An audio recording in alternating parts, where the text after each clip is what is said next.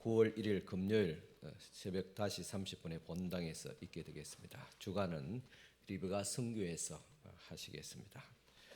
그리고 전도 대상자 3명 작정 또 모두 동참해 주시기 바랍니다. 우리 전도 대상자를 위한 집중 기도가 우리 이제 9월 달부터 시작됩니다.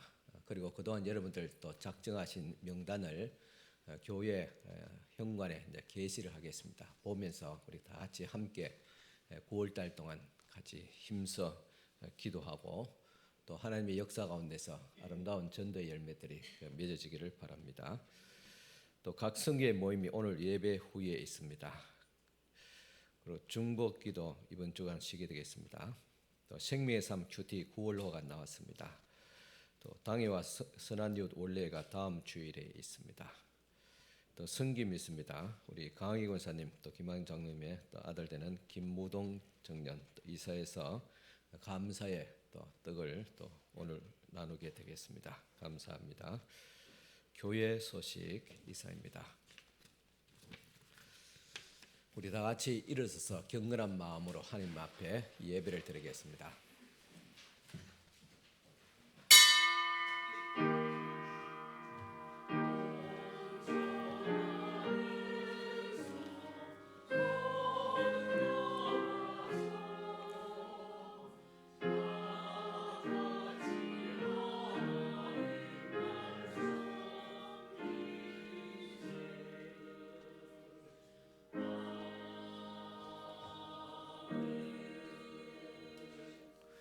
그러므로 우리는 예수로 말미암아 항상 찬송의 제사를 하나님께 드리자. 이는 그 이름을 정언하는 입술의 열매니라. 오직 선을 향함과 서로 나눠주기를 잊지 말라. 하나님은 이 같은 제사를 기뻐하시느니라. 아멘. 우리의 삶의 주인 되시는 하나님 아버지, 저희들이 이 땅에 사는 동안 크신 능력으로 붙들어 주시고 성령으로 위로하시며 손잡아 주시며 또한 인도하신 은혜에 감사를 드립니다. 택하신 주의 자녀들에게 평안을 다해 주시며 또한 거룩한 주일 아침 성전으로 불러주시니 감사를 드립니다. 마음과 정성을 다해서 드리는 우리의 예배를 받아 주옵소서.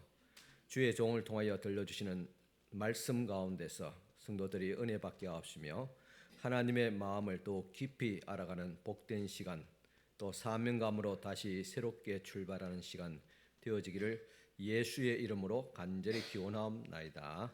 아멘.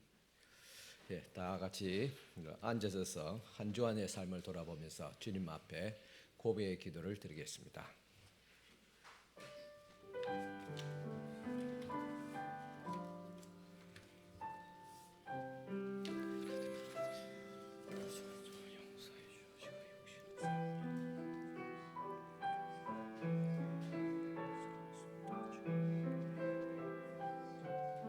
주여 이 시간을 용서해 주시고 그리스도 안에서 우리 자녀들 살아가게 도와주시옵기를 간절히 어둠의 권세들을 주께서 다 꺾어주시고 아버지 하나님 구원하여 주시옵소서.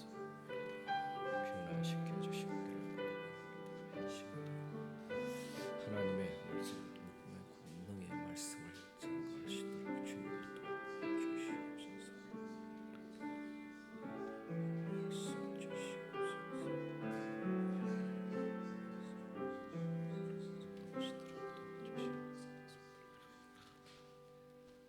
하나님께서 구하시는 제사는 상한 심령이라. 하나님이여 상하고 통회하는 마음을 주께서 멸시하지 아니하시리다. 아멘. 우리 다 같이 성시교독하겠습니다. 찬송가 뒤편에 있습니다. 성시교독 38번입니다.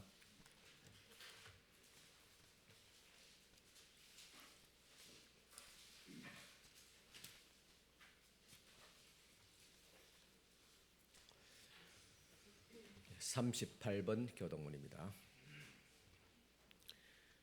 지존자의 시편금과 비파와 수금으로 여호와께 감사하며 주의 이름을 찬양하고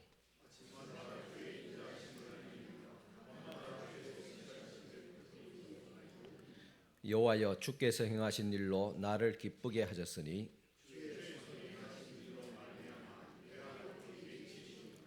의인은 종려나무 같이 번성하며 레바논의 백향무 같이 성장하리로다.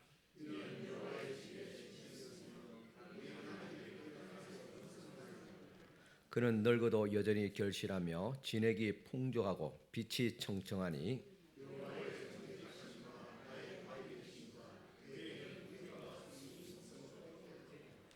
아멘. 이 시간 우리를 대표해서 권오진 지사님 기도해 주시겠습니다.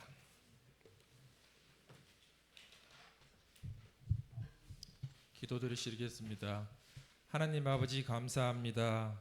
거룩한 주일 교회로 인도하여 주시고 찬양과 예배 드리게 하여 주시니 감사드립니다. 금년은 유난히 기상이 어려움이 많았습니다. 긴 장마와 폭염, 그렇지만 지금까지 인도하여 주시고 함께하여 주신 하나님 은혜에 더욱 감사드립니다. 세상 속에서 빛과 소금의 역할을 감당하여 주님의 영광을 드러나게 해야 할 것만 그렇게 살지 못하고 저희의 생각과 행동으로 살아왔음을 고백합니다. 저희들을 용서하여 주시옵소서. 지난 4주간 3인 3색 부흥회와 전도 간증 집회 은혜롭게 마치게 하여 주시고 큰 은혜 받게 하여 주시니 감사드립니다. 저희의 심령이 변하여 태신자를 품고 그들에게 복음을 전할 수 있도록 도와주시옵소서. 교회를 위해 묵묵히 봉사하는 손길이 많이 있습니다. 그들을 기억하여 주시고 그들의 노고를 받아 주시옵소서. 오늘 말씀 전하시는 목사님께 은혜와 평강을 더하여 주시고 저희들도 동일한 은혜 받을 수 있도록 도와주시옵소서. 감사드리며 우리를 구원하시는 예수님의 이름으로 기도드립니다. 아멘.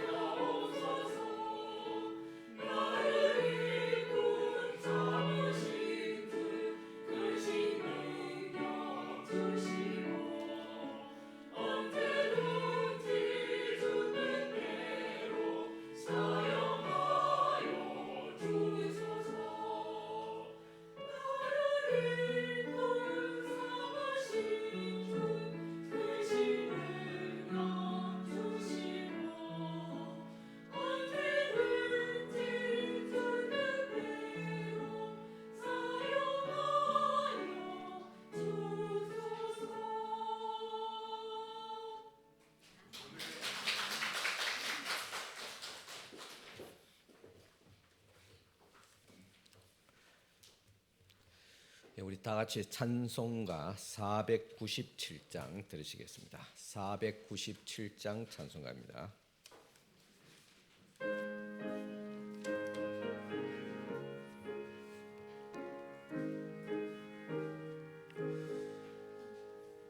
주 예수 넓은 사랑 거하신 은혜를 나 힘써 전파함은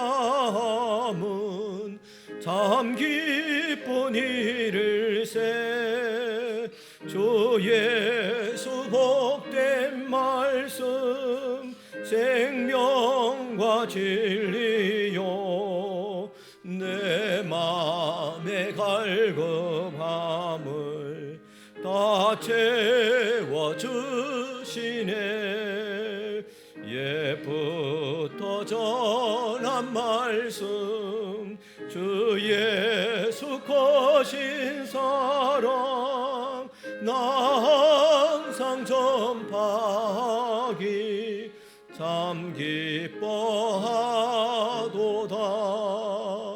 이 말씀 전할 때에 내 맘이 기쁘고 그 말씀 전할수록 새 기쁨 넘치네. 구원의 복된 말씀 또 들은 사람이 세상의 많음으로 힘써서 전하세. 옛부터 전한 말씀 주 예수 거신 사랑 나 항상 전파하기 참 기뻐하도다. 이 말씀 들은 사람 듣기 원하고 목말라 사모하니 그 말씀 진리라. 유비어라 영광 중에 나 부를 새 노래 옛부터 좋아하던 이 말씀 뿐일세. 옛부터 전한 말씀 주 예수 거신 사랑 나 항상 전파하기 참 기뻐하도다.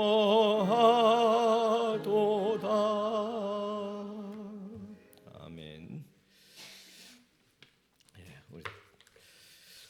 오늘 주신 또 예물 주님 앞에 감사하며 또 기도드리겠습니다.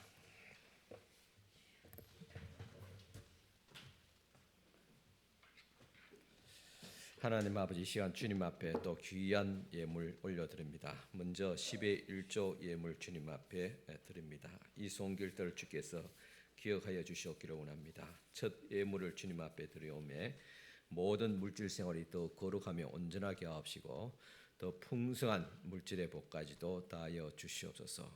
또 주님 앞에 감사하며 귀한 예물 올려드립니다. 지켜주신 은혜 감사하며 또 하나님 은혜 감사하며 또 주신 사랑에 또 감사하며 주님 또 하나님 앞에 또 감사하며 주님 앞에 귀한 예물 드립니다.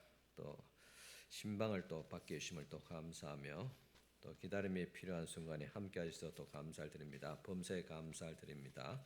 범사에 감사드립니다. 하나님의 은혜로 회복해 하심을 감사하며 한 주간 또 지키신 하나님의 감사합니다. 주님 은혜 감사합니다. 함께 하신 주님 은혜 감사드립니다. 또 하나님 은혜 또 감사합니다. 범사에 감사하며 또 하나님 은혜 감사하며 주님 은혜 또 감사합니다. 주님 은혜 감사하며 귀한 감사의 예물들 주님 앞에 또 올려드렸습니다. 늘 주님 앞에 놓을 때마다 감사하며 귀한 또 예물로 또 감사하는 이 손길 위에 주께서 축복하여 주시되 하나님께서 저들의 마음의 모든 상처와 또 육신의 질병들을 치료하여 주옵시고 또한 하나님의 은혜 가운데서 더 감사한 일이 넘치도록 또한 축복하여 주시옵기를 간절히 바라고합니다. 또 주일에 헌금을 드리며 성교 구제 장학 건축에 물러드립니다. 이 모든 향기로운 예물들을 주께서 기쁘게 받으시고 하늘 곳간에 쌓여지며 저들의 마음도 또 저들의 믿음도 주님 앞에 있는 귀한 예물 될 수 있도록 축복하여 주시옵소서. 우리 모든 성도들의 삶에 복을 다하시되 믿음의 복을, 건강의 복을, 물질의 복까지도 다하여 주시옵소서. 예수님 이름으로 축복하며 기도드리옵나이다. 아멘. 이 시간 주신 하나님의 말씀 보시겠습니다. 말씀은 사도행전 26장 24절에서 32절까지 말씀 되겠습니다.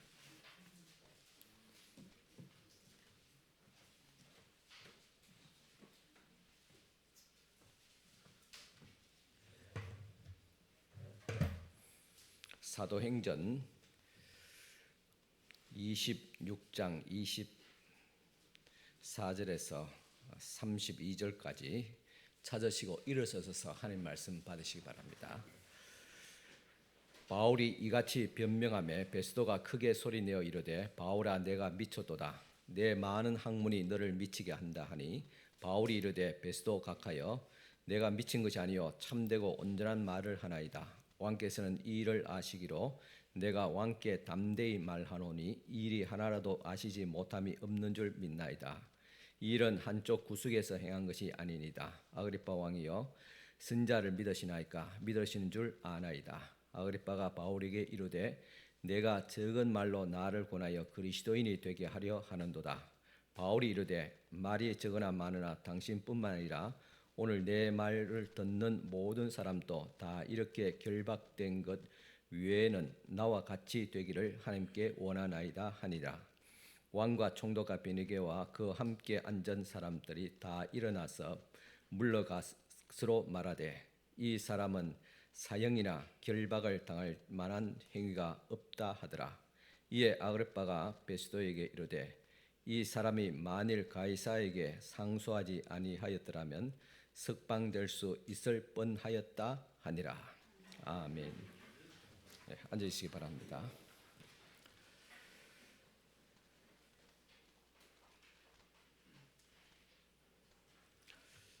네, 제가 이제 말씀 나누기 전에 한번 기도했으면 좋겠습니다. 또 모든 성도들이 다 편안하게 또 오시진 않으라고 생각합니다. 그렇지만은 건강에 문제를 가지고 또 올 수 없는 사람이 또 와 있는 분들도 있습니다. 그래서 다는 기도하지 못하지만은 또 특별히 우리 홍미자 지사님 또 계속 투석하는 하루에 한 주간에 3번씩 투석하면서 또 오늘 또 주일 또 주님 앞에 왔습니다. 같이 함께 기도하고 또 말씀을 또 나눴으면 좋겠습니다. 같이 기도드리겠습니다.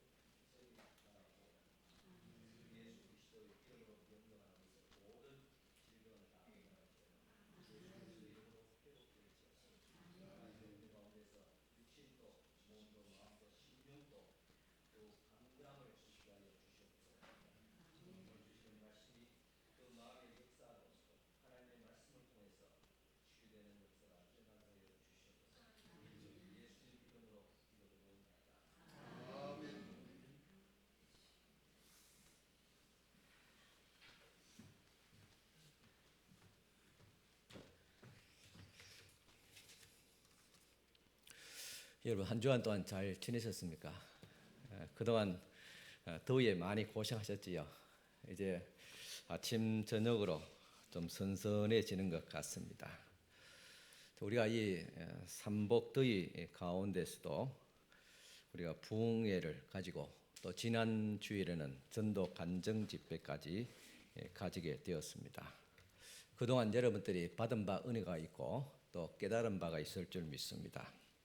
이 시점에서 우리가 세 가지의 어떤 태도를 선택할 수 있습니다.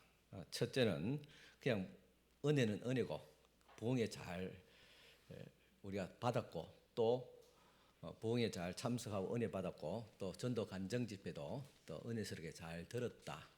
그렇게 그냥 지나가 버리는 것입니다. 둘째는 받은 바 은혜를 계속 사모하는 것입니다. 하나님의 은혜가 계속 있기를 기대하면서 기도하며 사모하는 태도가 있습니다. 세 번째는 받은 바 은혜를 갚으려는 심정으로 또 다른 사람에게 전하는 태도가 있습니다. 이것을 우리는 간증이라 그리고 전도라고 말합니다. 그렇습니다. 은혜를 받았으면 그 은혜를 나누어야 하고 전해야 합니다. 그래야지 은혜가 계속 부어지고 우리의 신앙이 더 성숙하게 되어지고 더 건강하게 되어지는 것입니다. 여러분들은 모두가 다 받은 바 은혜대로 감사하며 또 더 깊이 은혜를 사모하면서 또 받은 은혜를 간증하며 또한 나눌 수 있기를 축원합니다. 그래서 오늘 여러분과 함께 이 전도에 관한 이야기를 나누고자 합니다. 사도행전 26장은 그동안 바울이 1차, 2차, 3차 전도 여행까지 무사히 마치고 그리고 예루살렘으로 돌아와서 대제사장들에 의해서 고소를 당하고 그리고 여러 곳에서 재판을 받다가 이제 마지막으로 가이사라 빌립보 지방의 분봉왕인 아그리빠 왕과 그리고 유대 총독 베스도 앞에서 재판을 받게 됩니다. 약 30여 년 전에 주목받던 인물이라면 당시 가장 주목받던 인물이 예수 그리스도였습니다. 그렇다면 지금 이 바울이 섰는 이 당시에 주목받는 인물은 역시 사도 바울입니다. 그 바울이 지금 아그리빠 왕과 그리고 베스도 총독 앞에서 최후의 진술을 하는 것입니다. 그러니까 그동안 바울이 여러 곳에서 재판을 받았습니다. 그리고 변론하기도 하고 고발을 당하기도 했습니다. 그러다가 이제 마지막으로 이 아그리빠 왕과 베스도 총독 앞에서 소위 이제 법적으로 보면 마지막 최후의 재판을 받게 되었습니다. 그래서 세계의 주목을 받던 바울인지라 많은 사람들이 어떻게 결론이 내려질까 그래서 궁금해서 모여들기 시작했습니다. 당시 아그리빠 왕과 총독 베스도는 위신과 체면과 그리고 권위를 중요시하는 인물로서 바울과 군중들 앞에 최대한 위엄을 나타내기 위해서 화려한 옷을 입고 높은 의자에 앉아 있었습니다. 특별히 아그리빠 왕과 그의 여동생까지 같은 자리에 앉아 있었습니다. 그에 비하면 바울은 어떤 사람인가? 키가 작고 그리고 대머리고 옷도 허접하고 그리고 코도 구부러진 소위 매부리 코였습니다. 정말 볼품없는 그런 모습입니다. 그런데 이 바울이 왕과 총독 앞에서 당당하게 서 있는 것입니다. 그저 자기 목숨을 연명하기 위해서 진술하는 것이 아니라 보기에는 피고인으로서 자기 변론하는 것 같지만은 사실 그 내용을 보면 우리가 같이 읽었지만 이 아그리빠 왕과 베스도 총독 앞에서 당당하게 복음을 전하고 있습니다. 당신이 믿을 줄 아나이다. 그렇게 생각합니다. 이렇게 지금 전도를 하고 있다는 사실입니다. 참 놀랍고도 기가 막히지 않습니까? 무엇이 사도 바울로 하여금 이렇게 당당하게 복음을 전할 수 있게 했을까? 이제 그 사실을 살펴보기를 원합니다. 먼저 1절에서 3절까지 법정에서 자신을 변론할 수 있게 배려해 주신 데에 대한 감사의 인사를 이 아그리빠 왕에게 전했습니다. 이처럼 우리 그리스도인들은 공적인 자리에서 품위와 예의를 갖춰야 될 줄 압니다. 그리고 4절부터 9절까지는 자신이 고소당한 내용이 무슨 반란이나 범죄 때문이 아니라 종교적인 문제요. 우리 조상적부터 약속하신 메시아 예수 그리스도를 증거한 것밖에 없다고 진술했습니다. 자기를 진술한 건 요것밖에 간단하게 하지 않았습니다. 그리고 10절부터 12절까지 보면 자신도 과거에는 대제사장과 유대인들처럼 율법에 충성을 다하고 교회를 박해하고 그리고 예루살렘 대제사장들에게서 권한과 위임을 받고 다메섹에 있는 그리스도인들을 결박하기 위해서 갔다고 했습니다. 그런데 13절부터 18절까지는 바울이 자신이 다메섹으로 가는 길에 예수님을 만났다는 이야기를 소개하고 있습니다. 이 이야기는 사도행전에서 3번이나 기록되고 있습니다. 그러니까 9장에서 이 본 사건을 기록한 말씀이 있고 그리고 22장에서 유대 백성들 앞에 또 이 다메섹 도상에서 일어난 사건을 이야기합니다. 그리고 오늘 말씀 26장에서 유대 총독 베스도와 가이사라 빌립보 지방 왕인 아그리빠에게 이와 같이 또 말하고 있습니다. 그런데 왜 바울은 전도할 때마다 이 사건을 말할까? 그것은 부활하신 예수 그리스도를 만난 사건이었고 그 자체가 복음이고 진림을 깨달았기 때문입니다. 그래서 바울이 복음을 전하고자 할 때, 그 진리를 전하고자 할 때 자기가 다메섹 도상에서 만난 이 사건을 그렇게 생생하게 이야기합니다. 그것이 복음이고 진리고 그리고 전도였습니다. 오늘 또 우리들도 이 바울 같은 이 생생한 어떤 경험과 체험과 확신이 있어지기를 바랍니다. 그래야지 우리가 전도를 할 수 있습니다. 그 이야기는 이렇습니다. 나는 예루살렘 대제사장에게서 위임을 받아 그리스도인들을 체포하기 위해서 다메섹으로 가는 길이었다. 그런데 해보다도 더 밝은 빛이 나를 비추게 되고 나는 그 앞에서 엎드러지게 되었다. 그리고 나는 질문하였다. 주님 누구십니까? 나는 내가 박해하는 예수라. 일어나 너의 발로 서라. 너로 종과 정인을 삼으려 함이니 이스라엘과 이방인들에게 너를 보낸다. 그런 말씀이었습니다. 여러분 전도라는 것이 무엇입니까? 말 그대로 도를 전하는 것, 그게 전도입니다. 그러면 그 도가 무엇입니까? 진리의 복음입니다. 복음이 무엇입니까? 예수 그리스도의 십자가와 부활입니다. 십자가는 죽음이고 부활은 생명입니다. 그러니까 복음으로 살아간다는 것은 매일 그리스도 안에서 옛 사람은 죽고 그리고 그리스도 안에서 새 사람으로 살아간다는 그것을 경험하는 것, 이것이 바로 복음이며 복음적으로 살아내는 것입니다. 바울은 복음을 이렇게 이야기합니다. 다메섹으로 가는 길에서 빛을 보면서 눈이 멀었다. 그런데 하나님께서 다시 보게 하셨다는 것을 증거합니다. 여기서 눈을 멀었다. 그것은 깜깜한 것, 어두움, 죽음을 의미하는 것이고 다시 보게 되었다. 빛을 보게 되었다는 것은 생명을 얻게 되었다는 것을 의미합니다. 그러니까 바울은 다메섹으로 가는 길에서 복음에 대한 것을 직접 경험했습니다.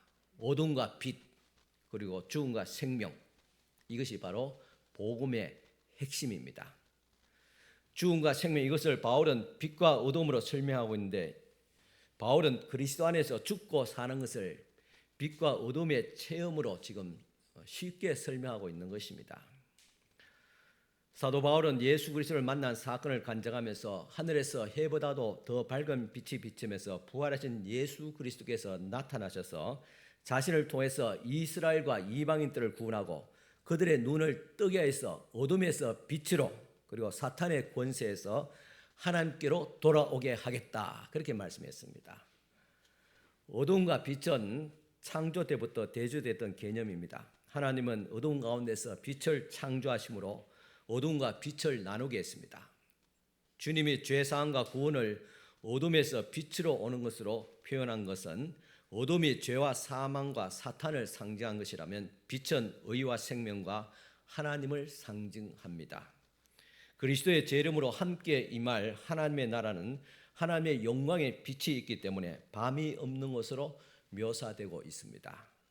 이렇게 죄로 오염된 어두운 세상에서 빛은 하나님의 재창조, 구원을 상징합니다. 그래서 성경은 예수 그리스도를 세상에 빛으로 오신 분이다 그랬습니다.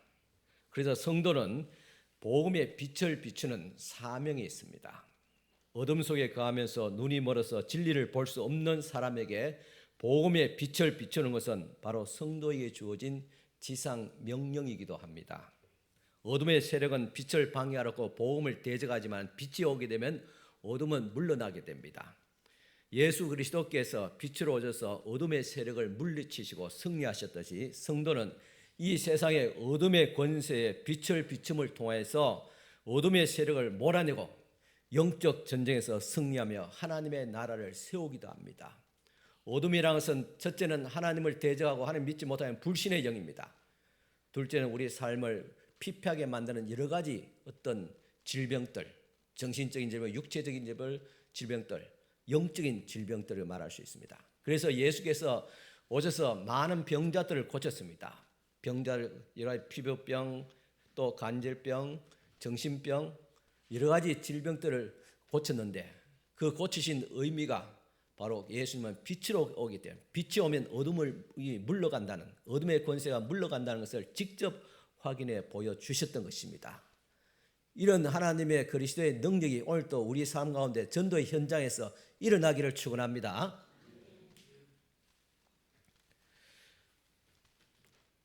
아직도 예수를 믿지 않는 사람들은 여전히 사탄의 어둠의 권세에 사로잡혀 있는 자들입니다. 여러분들이 지금 전도 대상자를 명단을 올리고 있지요.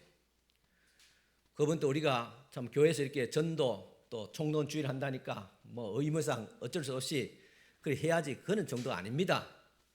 그 대상자는 지금 사탄 마귀에 사로잡힌 어둠의 권세에 사로잡힌 자입니다. 마지막 날 사탄과 함께 불못에 영원히 빠질 자들입니다. 그 자들이 바로 우리의 자식이고 아들, 딸들이고 내 형제고 이웃이다 생각해 보세요. 심각한 문제입니다. 그러나 우리는 그들을 건져낼 수 있습니다. 어둠에서 빛으로, 사망에서 생명으로 옮겨줄 수 있는, 구원할 수 있는 능력을 우리 주님께서 우리에게 주셨다니까요. 그것을 행하라는 겁니다. 바울이 지금 그것을 지금 빛과 어둠을 비유하면서 설명하고 있습니다. 여러분, 전도가 그리스도인의 소명인 줄 알고 계시지요? 당연히 압니다. 그러나 쉽지 않습니다. 영적인 부담이 됩니다. 그런데도 이것은 가장 의미 있는 일이라는 것도 우리는 알고 있습니다. 이것이 전도에 대한 우리의 생각입니다. 그렇다면 우리가 무엇을 어떻게 전할 것인가? 여기서 우리는 전도에 대한 오해 두 가지를 우리가 먼저 풀어가고 말씀드린 것이 좋겠습니다. 첫째는 전도에 대해서 말한다면 우리는 그 사람을 반드시 등록시켜야 한다는 어떤 결심해야 되는 부담감이 있습니다. 제가 아무리 아니다 해도 여러분들이 그것을 자꾸 기다 그렇게 말하는 것 같아요. 그냥 이름 적어서 한번 교회 가자 전하면 돼요. 말하면 된다 그랬잖아요. 근데 우리는 그 사람 와서 결심시키고 예수 믿게 해야 된다니까 굉장히 어려운 겁니다. 나도 지금 예수 믿는 이 삶 자체가 어려운데 어떻게 다른 사람을 예수 믿게 하고 그를 가르치고 제자 삼느냐, 부담이 되잖아요. 그런데 이것이 우리 전도를 방해하는 또 하나의 문제입니다. 우리는 결과적으로 결신을 얻어야만 된다는 이런 우리가 오해를 우리가 먼저 풀어야 됩니다. 우리가 데려올 수 있겠지만 예수 믿게 하는 우리가 할 수 있는 게 아닙니다. 하나님께서 하시고 성령의 역사고 또 목회적인 차원에서의 일입니다. 두 번째, 전도는 방법론에 대한 오해가 있습니다. 어떻게 전도할 것이냐? 사람들을 전도하게 되는데 특별한 훈련과 방법론을 배워야 된다 생각합니다. 물론 효과적인 전도를 위해서는 때로는 방법론도 필요합니다. 그러나 그것이 절대적이진 않습니다. 여러분, 전도의 본질은 이것입니다. 내가 예수 그리스도를 전하고 있는가? 예수 그리스도의 사건인 십자가 부활을 전하고 있는가? 예수께서 나를 위해서 죽으시고 또 나를 살리기 위해서 다시 살아났다. 복음은 이것입니다. 간단하잖아요. 어렵지 않잖아요. 이것을 전한 겁니다. 당신도 예수 믿으면 죄 사함 받고 다시 살아날 수 있고 영생을 얻을 수 있다. 그것이 복음입니다. 여러분, 전도가 가장 중요한 것은 복음을 전하는 우리 자신입니다. 복음을 전하는 내가 왜 중요한가? 여기에 대해서 오늘 좀 더 이야기를 나누고자 합니다. 바울이 아그리파 왕 앞에서 복음을 전하기 시작합니다. 이 아그리파는 유다의 분봉왕이었습니다. 아기 예수님을 죽이려고 했던 헤롯 대왕의 손자입니다. 할아버지가 예수님을 죽이려고 했는데 그 당시 수많은 어린아이들을 학살했습니다. 예수님 죽이려고. 그 손자에게 지금 예수님을 믿으라고 지금 바울이 증거하고 있습니다. 놀랍지 않습니까? 오늘 본문 13절과 14절 보겠습니다. 같이 보겠습니다. 왕이여, 정오가 되어 길에서 보니 하늘로부터 해보다 더 밝은 빛이 나와 내 동행을 둘러 비추는지라. 우리가 다 땅에 엎드려 내가 소리를 들으니 히브리 말로 이르되 사울아 사울아 내가 어찌하여 나를 핍박하느냐. 가지채를 뒷받기하기가 내게 고생이니라. 이 이야기를 바울이 하게 됩니다. 지금 바울은 다메섹으로 가서 그리스도인들 체포하러 가고 있는데 빛이 나타나서 예수님이 너가 나를 어찌하여 핍박하느냐, 그 이야기입니다. 이 말은 즉 바울이 당연히 사울이었지요. 그리스도인을 핍박하는 것이 예수님을 핍박하고 하나님을 핍박하는 것이란 말입니다. 이 말은 무슨 말이냐? 우리가 복음을 전하고자 할 때 핍박받잖아요. 무시당하잖아요. 전에도 제가 한번 우리 전도 지금 쉬고 있지만 나가면 전도지 쪽지면 어떤 사람은 그냥 받고 어떤 사람은 뭐 안 받습니다 하고 그냥 갚고 굉장히 전에서는 자존심 상해요. 내가 이 일을 해야 되나 그런 마음 들지만 그런데 우리 권사님도 잘해요. 그래도 믿어야 됩니다. 받으세요. 예수 믿어야 됩니다. 목사보다 더 나아요. 그리고 희망이 있습니다. 무슨 말 하다가 좀 이야기 나갔습니까? 그렇습니다. 우리가 그리스도 때문에 무시당하고 또 때로는 욕을 먹는다면 내가 아니라 내 안에 계신 예수께서 지금 욕먹고 예수께서 무시당하고 있다는 말입니다. 그 말은 너와 나와 함께 고난을 받으면 영광에 얻으리라는 말씀이기도 합니다. 왜? 내가 그리스도 때문에 고난받고 그리스도에 무시당하고 그리스도 때문에 내가 수고하고 그리스도 때문에 내가 핍박을 받기 때문인 것입니다. 이걸 지금 바울이 깨달았습니다. 이어서 말합니다. 가지채를 뒷발질하기가 내게 고생이니라. 이건 당시 유대의 유명한 속담이었습니다. 이 가시채라는 것은 가축을 통제하기 위해서 그래서 막대의 끝에다가 목 같은 거 달아가지고 가락하는데 안 가고 옆발질하거나 아니면 뒷발질하면 그 못으로 그 가축의 다리를 콕 찔러버립니다. 허벅지를 콕 찌르고 발목을 콕 찔러버립니다. 그러니까 따가워서 그래서 다시 주인이 원하는 대로 그렇게 바로 가는 것, 그것이 가시채입니다. 그런데 지금 바울이 그리스도인들을 핍박하고 교회를 핍박하는 이 짓이 이 가시채로 뒷발질하는 것, 즉 가시채와 같다. 가시채를 지금 찔리고 있다 그런 말입니다. 이 말은 너가 아무리 어떻게 하더라도 하나님은 하나님의 일을 하시고 복음을 전하게 하시고 하나님의 교회를 세운다는 그런 의미인 것입니다. 너의 있게 방해하고 앞으로 가라 하는데 가지 않고 막 옆으로 가고 뒷발질하고 그것이 아무런 의미가 없다는 그런 말입니다. 아니 너만 고생이다. 너만 고생이다. 우리가 하나님의 일을 부름을 받을 때 우리가 참 힘들어서 하기 싫어서 그럴 때 있지 않습니까? 그래서 뒷발질하게 그럴 때가 있습니다. 그렇지만은 우리만 그것은 고생이다. 하나님께서 이 전도를 통해서 또 하나님의 일을 통해서 우리를 중개 축복하시고자 하는데 그런데 우리가 자꾸 그것을 거부하고 방해하고 뒷발질하면 너만 고생이다. 너가 받을 하나님의 은혜와 축복을 너가 스스로 물리치는 것이냐. 너가 아닐지라도 하나님은 그리스도의 복음을 전하게 하고 하나님의 교회를 세운다는 말입니다. 오늘 우리들은 이 뒷발질한 게 아니라 주님께서 말씀하신 복음의 사명을 온전히 감당할 수 있는 우리 성도 여러분이 될 수 있기를 축원합니다. 바울이 다메섹으로 가는 길은 예수 그리스도를 만나게 되고 그리고 더 나아가서 이것을 전하는 길이었습니다. 여러분 지금 바울은 부활의 주님과 만남을 복음이고 흔들지 않는 진리로 여겼습니다. 그러기에 복음을 전할 때마다 지금 이 복음, 이 진리를 지금 증거하는 겁니다. 내가 빛 가운데서 그리스도를 만났고 또 너가 이 빛을 보았기 때문에 그리스도를 만났기 때문에 이 진리를 이 빛을 유대인과 이방인들에게 전하라. 그들을 어둠의 권세에서 풀어주고 그리고 예수를 믿게 하고 회개케 하여서 구원받게 하라. 이것이 바울에게 주신 하나님의 말씀이고 그 말씀의 내용이 진리입니다. 예수 그리스도의 십자가와 부활, 이것이 우리 삶의 복음의 진리란 말입니다. 이 말을 들었던 유대 총독 베스도가 이렇게 말합니다. 너가 미쳤다. 너의 학문이 너를 미치게 한다. 그렇게 말했습니다. 이 말은 너가 이것을 이성적으로 이해가 되는 말이냐 그런 질문입니다. 능히 세상 사람들이 할 수 있는 질문입니다. 어떻게 예수 믿고 제사함하고 구원받고 천당 갈 수 있느냐? 그런 이야기죠. 안 믿는 사람도 그런 이야기 하잖아요. 그러나 오늘 우리는 이 복음이 진리임을 믿고 있는 사람들입니다. 근데 거기 우리도 생각하기를 이성적으로 이해가 되지 않는 그런 진리지 않습니까? 여러분, 내가 만난 예수님이 그리스도이심을, 즉 구원자이심을 믿습니까? 믿는 줄 믿습니다. 그러면 이렇게 또 질문을 보겠습니다. 2000여 년 전에 이스라엘에 살았던 한 청년이, 즉 예수가 구원자임을 믿습니까?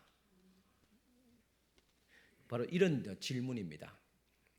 여러분, 이상한 일입니다. 어떻게 2000여 년 전에 오셨던 예수님을 내가 이 시간 믿을 수 있느냐? 지금 예수께서 있다 하면 그분의 말씀 듣고 감동이 되고, 그죠? 눈을 보았기 때문에 믿는다. 좀 수월지 모르겠어요. 그러나 2000여 년 전에 오시는 그 예수를 우리가 어떻게 믿을 수 있느냐? 그 이성적으로, 논리적으로, 과학적으로 설명할 수 없잖아요. 예수 그리스도께서 처녀의 몸에서 태어나서 죄인으로 판결되고 십자가에서 죽었던 예수님이 구원자라는 사실을, 그가 죽음을 이기고 부활하셨다는 이 사실을 여러분들도 믿습니까? 정말 여러분들이 이 사실을 믿고 있습니까? 여러분에게 하나님께서 온 우주를 창조하시고 지구와 그리고 모든 인간 생명체를 창조하심을 믿습니까? 예, 믿지요. 우리의 질문은 이것입니다. 우리는 성경 말씀이 진리임을 믿습니다. 여러분들이 또 이 시간 또 이 성경 말씀의 가장 중요한 몇 가지 진리를, 그것을 여러분들에게 물었고 여러분들이 믿는다고 대답했습니다. 이것이 우리의 믿음입니다. 이것은 이성으로 된 것이 아니라 하나님의 영의 감동으로 우리의 심령의 눈을 열게 하시고 깨닫게 하고 보게 하고 체험케 하기 때문에 이 믿음을 우리는 가지고 있습니다. 그렇다면 여기서 우리는 좀 더 이 믿음을 검증하기 위해서 한 단계 더 나아가고자 합니다. 우리가 믿은 바 진리대로 살아가고 있느냐는 그런 질문입니다. 요한복음 18장에 보면 빌라도가 질문합니다. 그러면 성경 말씀이 진리임을 믿는데 진리가 무엇이냐? 이게 사람들의 질문이지요. 우리도 질문하고 이에 대해서 우리가 답변할 수 있어야 됩니다. 예수께서 이렇게 말씀하셨습니다. 요한복음 18장 37절, 이를 위하여 세상에 왔으나 곧 진리에 대하여 증언하려 함이로다. 예수님이 하시는 말씀은 나는 진리를 증언하러 왔다, 그렇게 말씀했습니다. 즉 예수님 당신이 바로 진리고 당신이 하신 말씀이 다 진리입니다. 이처럼 진리를 증언하고자 했지만은 사람들은 진리를 믿지 아니했다, 그렇게 말하고 있습니다. 참 이상한 일이잖아요. 주님이 진리를 말했는데도 너희가 믿지 않는다. 왜 그랬습니까? 왜 믿지 않는 것입니까? 내 생각과 다르기 때문에, 내 가치관과 다르고 내 판단과 다르기 때문에 그렇습니다. 내가 그동안 생각한 것과 다르고 진리가 선포됐는데 내 생각과 다르니까 믿지 않는 것입니다. 그러면 우리에게 이렇게 질문해 봅니다. 여러분들은 하나님의 말씀이 진리인 것을 믿습니까? 예, 믿습니다. 그러면 내가 얼마나 이 진리대로 지금 살아가고 있는가? 예를 들어 보겠습니다. 마태복음 6장 30절에 이렇게 말합니다. 오늘 있다가 내일 아궁이에 던져지는 덜풀도 하나님이 이렇게 입히시거든 하물며 너희일까 보냐? 믿음이 작은 자들아, 했습니다. 오늘 이따가 아웅에 던지는 덜풀도 하는 게 이렇게 입히시거든. 너희들을 입히지 않겠냐? 믿음이 작은 자들아. 그래요. 이것이 오늘 우리에게 하신 말씀입니다. 저도 이 말씀을 어제 들었습니다. 직접 들었어요, 이 말씀을. 한번 어제 이사를 해가지고 같이 함께 또 이사를 신방하고 같이 대원끼리 식사를 하는데 어느 권사님이 저보고 목사님 어째 걱정이 있습니까? 그래서 제가 걱정이 있어 보이세요? 내일 아궁이에 던져진 덜풀도 하나님께서 이렇게 입히시거든. 하물며 너일까 보냐? 믿음이 작은 자들아. 그래 내가 믿음이 작은 자다. 내가 믿음이 작은 자다. 하나님은 아궁이에 들어가는 덜풀도 입히시는 분입니다. 너희일까 보냐? 먹고 사는 모든 일에 하나님께서 너희의 삶을 이끌고 가고 있는 것을 믿지 않느냐? 그러니 걱정하지 말라. 그 이야기를 하시는 것이 아닙니까? 그러면 여러분들 생활에 걱정하지 않고 사십니까? 그러면 점점 우리의 좀 수축되는 것 같아요. 대답이 좀 약해지는 것 같습니다. 마태복음 5장 39절 40절 볼까요? 내가 너희에게 이르노니 악한 자를 대적하지 말라. 누구든지 내 오른뺨을 치거든 왼뺨도 돌려대며 또 너를 고발하여 속옷을 가지고자 하는 자에게 겉옷까지 가지게 하라.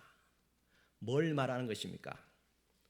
여러분 이 성경이 진리인 것을 믿는다 그랬잖아요. 그렇다면 이 말씀은 강자가 이기는 세상이 아니라 희생당하고 손해보아도 성공할 수 있다는 것입니다. 이런 성경의 말씀을 믿고 있느냐는 것입니다. 그래서 여러분들 자녀들 교육할 때 어떻게 교육합니까? 강자가 성공하는 세상이다. 이제는 개천에서 용난하는 시대는 지나갔다. 어쩌든 열심히 공부해서 열심히 돈 벌고 성공해야 된다. 그렇게 가르칩니까? 그게 성경 말씀입니까? 인생의 성공은 돈을 많이 벌고 높은 지위에 올라가야 성공하는 것이다. 그걸 가르치고 있습니까? 대답을 못 하시네요. 그렇게 가르치고 있었잖아요. 그래. 왜? 내가 진리를 그렇게 믿고 있으니까 재정을 사용할 때도 돈이 인생의 목표가 아니냐는 것입니다. 많은 부가 헛된 것이다. 이렇게 우리는 이 진리를 믿고 있습니까? 여러분 저와 여러분들은 이 성경 말씀이 진리임을 그것이 하나님께로부터 온 것임을 믿고 있습니다. 그렇다면 우리가 다르게 살고 있는가? 다르게 살아야 되죠. 다른 가치관을 가지고 살아가야 되지 않습니까? 성경 우리에게 말합니다. 진리가 너희를 자유롭게 하리라 하겠습니다. 진리를 받아들이면 너희가 자유로운데 진리를 진리로 받아들이지 않으니까 너희들이 아직도 구속되고 자유롭지 못하다는 것입니다. 세상에 물질에 매여 있고 질병에 매여 있고 사람의 관계에 매여 있고 전쟁의 두려움과 환경 오염에 두려워서 이제는 생선도 못 먹겠다. 냉동실에 빨리 냉동시켜야 된다. 그렇게 살아간 것 아닙니까? 뭐가 겁납니까? 여러분 하나님의 말씀이 진리이고 예수님이 진리인 것을 믿을 수 있기를 바랍니다. 여러분 이것이 내 안에 없으면 어떻게 복음을 전할 수 있겠어요? 우리의 삶이 진리의 삶으로 살아가지 않는다면 세속적인 그런 똑같은 가치관을 가지고 자녀를 교육하고 우리가 살아간다면 세상 사람들에게 무엇을 가르칠 수 있겠습니까? 나도 확신할 수 없는 진리를, 나도 믿지 않는 진리를 어떻게 사람들에게 전할 수 있겠습니까? 우리가 전도 말할 때 그래서 제가 말씀드렸잖아요. 전도자의 마음의 자세가 중요하다. 우리의 상태가 중요하다는 말입니다. 우리는 정말 예수 그리스도와 그의 말씀이 진리인 것을 믿고 있습니다. 그래서 그대로 살아가야 되는데 다른 사람이 그것을 먼저 잘 압니다. 여러분 이 진리와 복음에 대한 확신이 없으면 어떻게 우리가 복음을 전할 수 있겠습니까? 여러분 전도의 출발점은 뭐냐면 내 안에 있습니다. 내 속에 진리가 있느냐, 그것이 또 진리를 받아들이고 있느냐, 이것이 복음의 출발점, 전도의 출발점이 된다는 사실입니다. 오늘 저와 여러분들의 신앙 우리의 믿음이 이 진리, 이 복음, 예수 그리스도의 십자가와 부활하신 그분의 삶 안에서 우리 안에서 우리가 그 진리를 믿으며 확신하며 그대로 살아내는 저와 여러분들의 신앙이 되기를 간절히 축원합니다. 주님은 바울에게 소명을 주셨습니다. 진리를 체험한 이 바울, 진리를 믿는 바울에게 주께서 말씀하셨습니다. 오늘 말씀입니다. 사도행전 26장 16절 같이 한번 읽겠습니다. 일어나 너의 발로 서라. 내가 내게 나타난 것은 곧 내가 나를 본 일과 장차 내가 내게 나타날 일에 너로 종과 증인을 삼으려 함이니 있겠습니다. 여기서 청년 사울에게 몇 가지 말씀했습니다. 먼저 일어나 내 발로 서라 그랬습니다. 주님께서 오늘 우리에도 똑같은 말씀을 말씀하십니다. 바로 서라, 흔들리지 말라 그런 말입니다. 둘째는 이렇게 말씀하신 것은 다음 같은 이유와 목적이 있기 때문입니다. 사도행전 26장 16절입니다.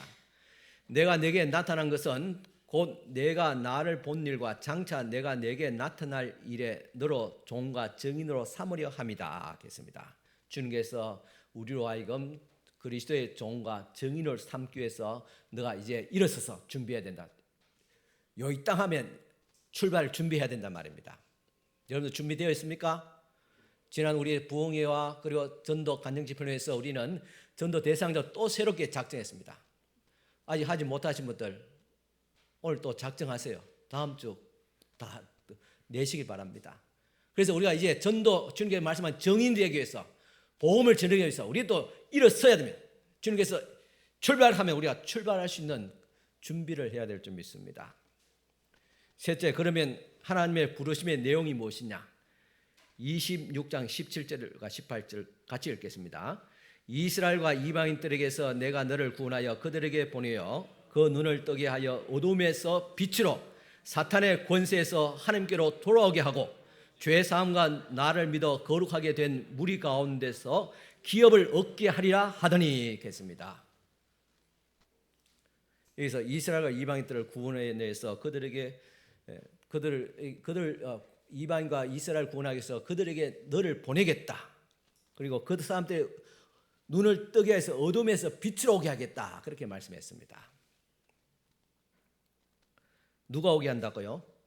누가 어둠에서 빛으로 오고 누가 예수를 믿어 죄 사함 받고 기업을 얻게 한다 그랬습니까? 바울이 아닙니다. 이 말씀을 하신 분이 지금 바울을 세워서 그렇게 하겠다는 말입니다.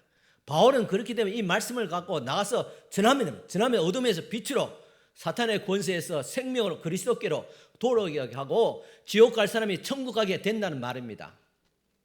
전하면 된다는, 우리는 신부는 겁니다. 이제 바울의 부름에 받은 이유, 목적이 분명했습니다. 오늘 이 말씀을 듣는 우리의 삶의 목적도 분명했습니다. 여러분 어떻습니까? 여러분 삶의 목표도 분명해졌습니까? 살아가는 이유가 분명해졌습니까? 바울은 예수를 만난 시점에서 자기의 존재의 의미를 확신하고 확인했습니다. 그래서 서슴지 않고 수십 년 동안 이 한 길을 위해서 외길을 달려왔습니다. 1차, 2차, 3차 전도 여행을 핍박받으면서 죽을 고비를 넘기면서 왔습니다. 그리고 예루살렘에 이스라엘에도 복음을 전해야 된다는 그 말씀을 받들어서 모든 사람이 가지 말라고 말렸던 예루살렘 길을 행했습니다. 아니랄까 거기서 복음을 전하다가 결박당하고 지금 죄수의 몸으로서 계속 재판을 받고 지금 마지막으로 아그리빠와 베스도 총독에서 최후의 지금 진술을 하고 있습니다. 어떻게 이렇게 소신껏 살아갈 수 있었을까?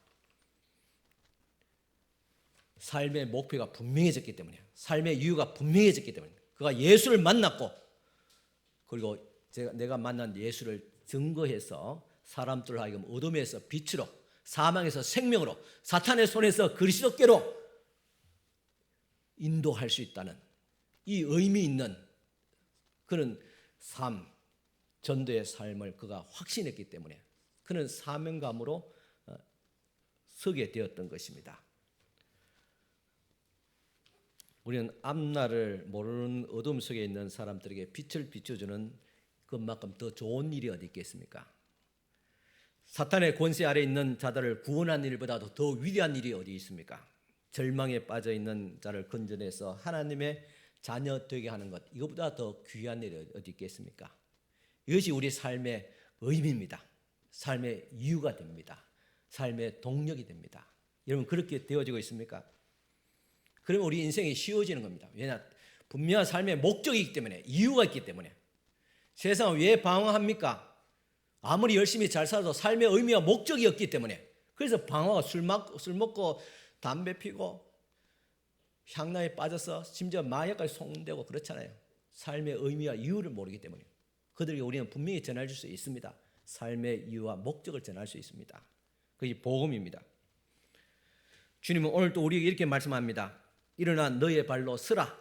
내가 너에게 나타난 것은 곧 내가 나를 본 일과 장차 내가 너에게 나타난 일로 말미암아 종으로 삼으려 함이니 이스라엘과 이방인들에게 내가 너를 보내서 그들을 구원하리라.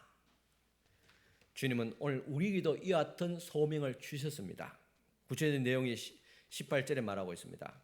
눈을 뜨게 하며 어둠에서 빛으로 사탄의 권세에서 하나님께로 돌아오게 하고 죄사함과 나를 믿어 거룩한 무리가 되어서 기업을 얻게 하리라.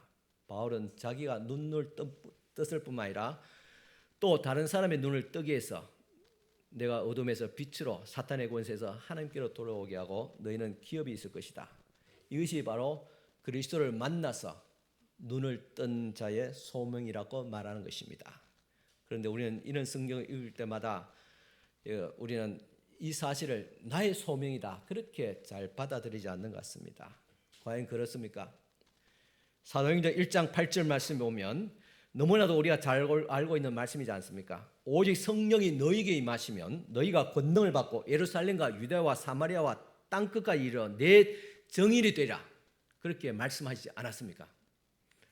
이게 바울에게 한 것입니까? 우리에게 한 말입니까? 그러면 우리가 복음을 전하는 것, 그것이 바로 우리의 소명이 아니겠습니까? 그런데 사람들은 자꾸 피해가려고 합니다. 비껴가려고 합니다. 어떤 분은 이렇게 말합니다. 목사님, 전도 그것은 은사가 있어야 되지요. 뭐 은사가 필요합니까? 전도는 은사의 문제가 아니라 소명의 문제입니다. 자꾸 우리는 변명하려고 하며 피해가려고 합니다. 베드로가 어느 날 부활의 주님을 만나서 예수님의 품에 안겨 요한을 보고 이렇게 물은 적이 있습니다. 그러니까 베드로가 예수의 품에 안긴 이 요한을 보면서 예수께 이런 질문을 했습니다. 주님, 이 사람은 어떻게 되겠습니까? 주님의 품에 안겨 있던 요한이 베드로가 궁금해지는 것입니다. 왜냐? 예수님께 그렇게 관심을 가지고 품어주시는 인물이니까. 또 이 사람의 장래는 어떻게 되겠습니까? 그렇게 물었던 것입니다. 그때 예수께서 말씀하셨습니다. 내가 올 때까지 그를 머물게 하고자 할지라도 내게 무슨 상관이 있느냐? 그가 내가 올 때까지 이 땅에 살게 하든 뭐 데려가든 그것이 너에게 무슨 상관이 있느냐? 너는 나를 따르라. 그렇게 말씀했습니다. 이 말은 다른 사람과 자꾸 비교하지 말고 본질을 흐리게 하지 말라는 것입니다. 지금 이 시점에서 요한이 어떻게 되냐, 그게 중요한 것이 아니지 않느냐. 너는 복음을 전하라. 복음을 전하는 것, 이것이 중요하다. 그렇게 말하고 있습니다. 우리는 신앙생활하며 교회 생활하며 자꾸 본질을 흐린 말을 말합니다. 우리 교회는 어쩌든 사람 모여서 은혜 받고 같이 친교하고 그죠, 나누고 물론 그것도 중요합니다. 그러나 본질의 핵심은 복음을 전하는 것입니다. 내가 올 때까지 그를 머무게 할지라도 무슨 상관이 있냐? 너는 복음을 전하라. 이것이 오늘 우리 교회와 그리고 오늘 우리에게 주신 하나님의 말씀입니다. 이걸 말하는데 우리는 자꾸 다른 이야기를 합니다. 왜 그렇습니까? 주님의 시선을 피하고 주님의 눈과 마주치기를 원치 않습니다. 나는 소명에서 제외되고 싶고 나는 제자가 아니라 성도가 되고 싶고 전도자가 아니라 그냥 그리스도인이 되고 싶습니다. 자꾸 비껴가고 싶습니다. 타협점을 찾아가고 싶고 합리적인 이유를 대고 싶은 것입니다. 그러나 잊지 말아야 됩니다. 전도는 소명입니다. 사명입니다. 사랑하는 성도 여러분, 전도는 바로 우리에 대한 하나님의 명령인 것을 우리가 잊지 말아야 됩니다. 그래서 우리는 복음을 전하는 것이고 결과는 주님께 맡기고 복음은 생명을 전하는 것입니다. 마귀도 삼킬 자를 두루 찾고 다니는데 이단도 최선을 다해서 그들을 참 믿게 하려고 그렇게 잘못된 도를 전하고 있는데 오늘 우리는 예수 그리스도의 진리, 복음을 우리가 갖고 있잖아요. 복음을 전하지 아니하면 안 되는 것입니다. 결과에 두려워하지 마시고 결과는 하나님의 손에 있습니다. 내가 만난 예수를 그냥 전하면 됩니다. 어떻게? 삶으로 전해야 됩니다. 우리가 노방전도하는 거 있지 않습니까? 노방전도는 사실 어렵고도 사실 쉽습니다. 뭐 무시당 어쩌다 간에 전도 주고 예수 믿으세요. 예수 믿어 천국 갑니다. 전하면 되잖아요. 그런데 진짜 어려운 것은 가까이 있는 사람, 가족들, 친구들, 이웃입니다.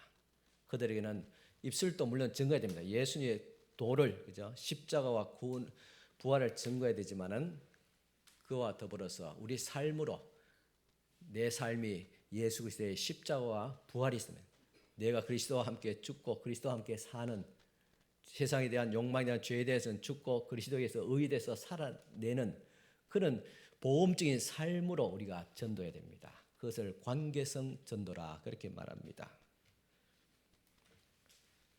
오늘 본문 마지막 절에 바울이 전도하는 대상이 등장합니다. 아그리빠 왕과 베스도 총독입니다. 26장 32절입니다. 이 아그리빠가 베스도에게 이르되 이 사람이 만일 가이사에게 상수하지 않았더라면 석방될 수 있을 뻔하니라. 석방될 수 있을 뻔하였다 하니라. 만일 이 바울이 로마 그 가이사 황제에게 가서 재판을 받겠다 그 말만 하지 않더라도 지금 우리 선에서 이 유대 땅에서 이 바울을 충분히 석방할 수 있었을 것이다. 왜냐? 그건 종교적인 문제이고 진짜 그를 죽일 만한 죄가 없다고 그렇게 판단했습니다. 그런데 안타깝게도 바울이 로마에 가서 재판받겠다고 했기 때문에 자기는 로마인으로서 로마에서 재판받겠다고 했기 때문에 그 말 때문에 우리가 그를 석방할 수 없다. 참 안타깝다. 어리석다. 그렇게 지금 이야기하는 겁니다. 바울이 정말 그렇게 이 아그리빠와 이 베스도가 말한 것처럼 어리석은 사람이었을까요? 진짜 어리석은 사람은 바울이 아니었습니다. 베스도와 그리고 아그리빠였습니다. 그에게 지금 예수를 믿을 수 있는 마지막 기회를 주었지만 그들이 놓쳐버렸습니다. 복음의 진리인 예수 그리스도의 십자가 부활을 증거했지만 그가 직접 그분을 만나고 체험했다고 그렇게 증거했지만 그 기회를 놓쳐버린 것입니다. 그리고 바울은 비록 죄수의 모습이었지만 로마로 가서 복음을 전하고 싶었던 것입니다. 그래서 로마에 가서 내가 재판을 받겠다 그렇게 말해요. 비록 죄수의 몸이지만 그의 목적은 로마였습니다. 로마에서 복음을 전하고 로마의 복음을 전하를 통해서 그 당시 세상에 가장 심장부고 가장 세상의 중심이었던 이 로마로 복음을 들어가면 복음이 전 세계에 이렇게 전해지고 그래서 주님께서 말씀하신 것처럼 땅끝까지 복음이 전해지는 그 사명을 완수하기 위해서 그가 로마로 가고자 했던 것입니다. 그게 바울의 사명이었습니다. 우리는 이 전도 사실 뭐 여러 가지 어려운 이야기 했잖아요. 그러나 우리가 생각하는 그런 것이 어려운 거 아닙니다. 중요한 것은 내 자신의 정체성입니다. 우리의 가치관이 분명한가는 것입니다. 나를 부르신 기쁨의 소식을 전하는 소명이 내게 확실하냐는 것입니다. 우리의 가족, 친구, 이웃들이 하나님을 떠나서 어둠의 세력에 사탄의 권세에 잡혀서 사탄이 마지막에 그리스도가 오실 때 지옥 불못에 갇히게 되는데 그와 함께 믿지 않는 사람도 다 지옥 불목에 갇히게 되는데 그 사실을 가슴 앞에서 아파하면서 안타까웠냐? 그 마음이 우리에게 있느냐? 그 말입니다. 모든 문제가 전도가 어디서 출발되었냐? 그런 안타까운 심정에서 내가 복음을 믿고 있냐? 내 속에 그리스도의 복음이 있느냐? 진리가 살아있느냐? 거기서 전도가 출발되는 것입니다. 사랑하는 성도 여러분, 내가 그리스도인으로서 정체성이 분명합니까? 하나님께서 나에게 부탁하신 거룩한 소명감이 분명합니까? 나는 내 안에 이것이 진리의 복음인 것을 믿으며 그렇게 살아내고 있습니까?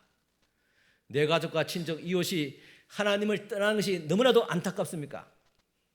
우리 성도 여러분, 우리가 믿고 있는 예수 그리스도가 복음인 줄 믿으시기 바랍니다. 진리인 것을 믿으시기 바랍니다.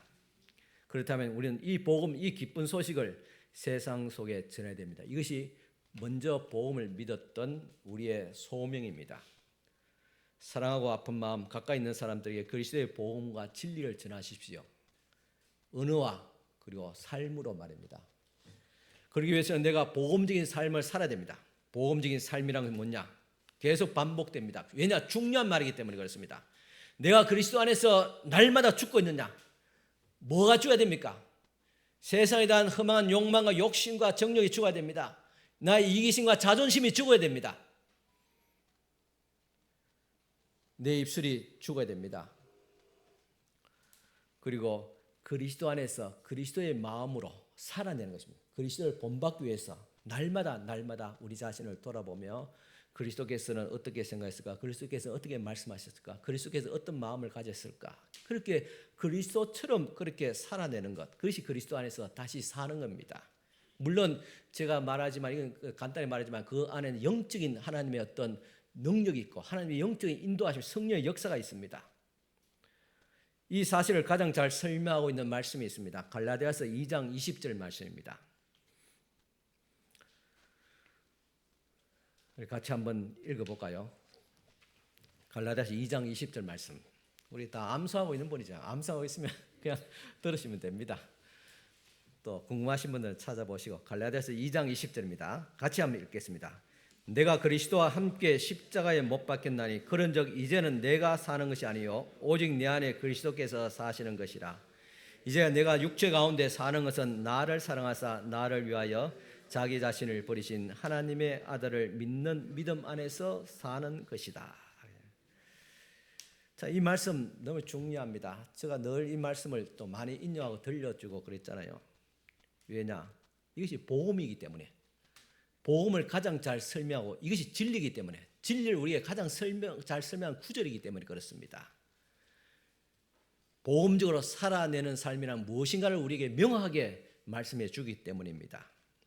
복음적인 삶이란 그리스도 안에서 옛사람 즉 세상에 대해서 죽고 그리스도 안에서 다시 사는 것입니다. 우리가 육체 가운데 살지만 세상 속에 살지만 그렇지만 그리스도로 인하여서 그리스도 안에서 살아가는 겁니다. 이것이 복음적으로 살아내는 삶입니다. 이는 복음적으로 살아내는 삶이 있어야지 우리가 전도가 가능합니다. 특별히 관계성 전도가 이루어지게 되는 것입니다. 그러면 성령께서 여러분들을 도우십니다. 그리고 여러분들의 말을 듣고 복음적인 삶을 살아내는 여러분들의 모습을 보고 그 영혼을 그리스도께로 돌아오게 하실 것입니다. 우리 찬양장 같이 함께 부르기를 원합니다.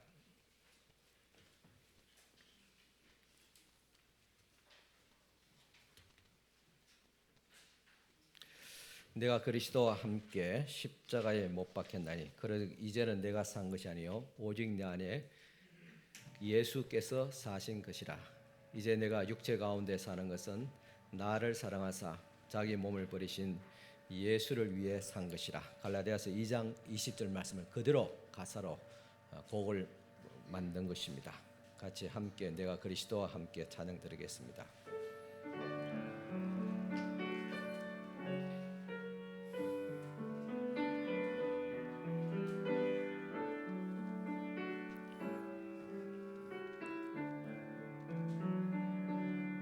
내가 그리스도와 함께 십자가에 못 박혔나니 주님 그렇게 되기를 원합니다. 그런즉 이제 내가 산 것 아니요 오직 내 안에 예수께서 사신 것이라. 그렇습니다. 이제 내가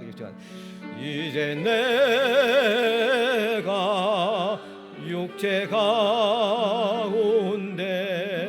사는 것은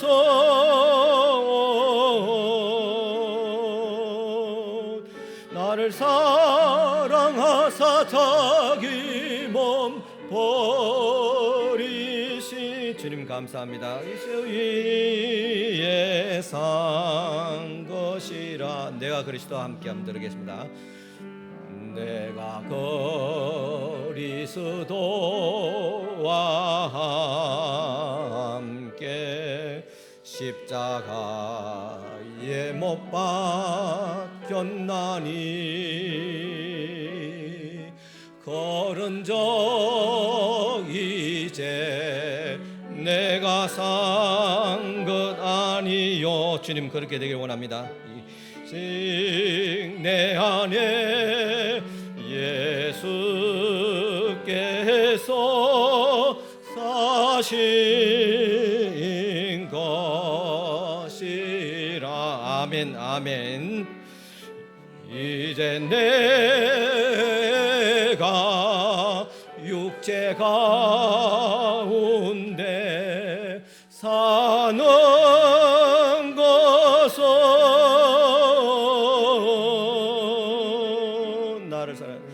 나를 사랑하사 자기 몸 버리신 예수 위에 산 것이라. 기도드리겠습니다. 사랑하신 아버지 하나님,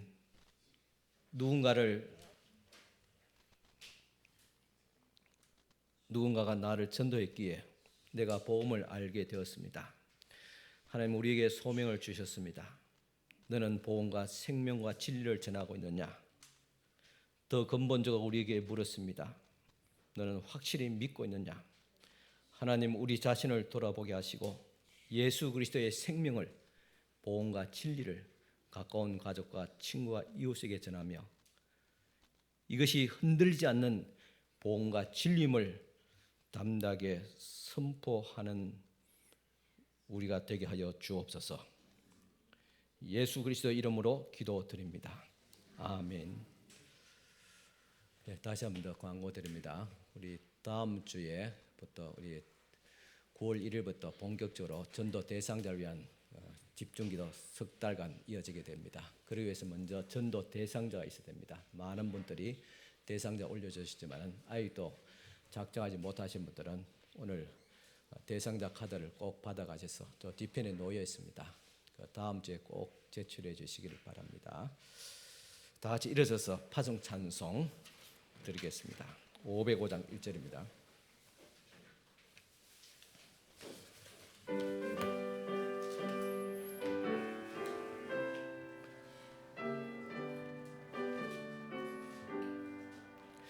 온 세상 위하여 나 복음 전하리.